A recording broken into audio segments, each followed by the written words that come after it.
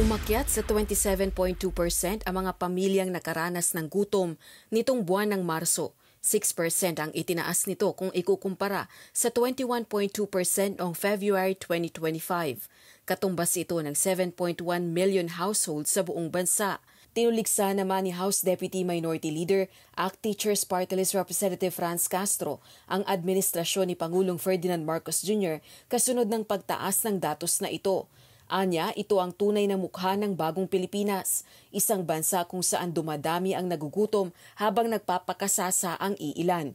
Taliwas din ang nakababahalang antas ng gutom sa mga ipinagmamalaking polisiya ng PBBM administration, gayon din sa sinasabing paglago ng ekonomiya.